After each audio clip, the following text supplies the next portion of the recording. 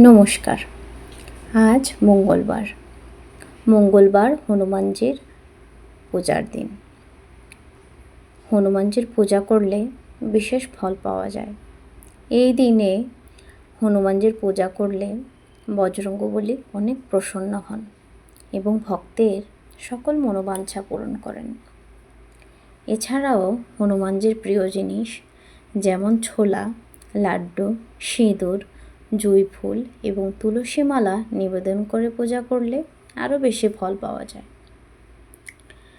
হনুমানজির পূজা করলে জীবনে সকল বাধা বিপত্তি দূর হয় এবং সকল কাজে সাফল্য আসে, আত্মবিশ্বাস বাড়ে এবং মনের জোর বৃদ্ধি পায়।